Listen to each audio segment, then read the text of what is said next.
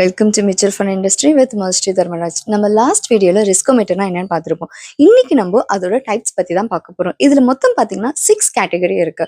லோல இருந்து ஸ்டார்ட் ஆகுது.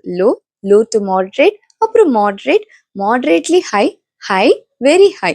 இதுதான் அவங்க வந்து 6ஆ வந்துட்டு கிளாசிஃபை பண்ணியிருக்காங்க. இப்போ நம்ம ஃபர்ஸ்ட் பார்க்க போகிறது லோ கேட்டகரியான ரிஸ்க் தான்.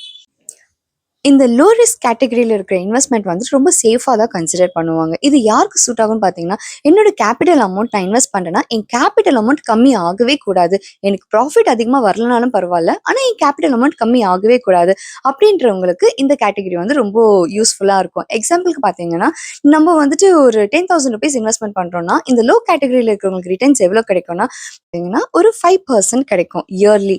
ஸோ விச் மீன்ஸ் ஒரு 500 ருபீஸ் கிடைக்கும்.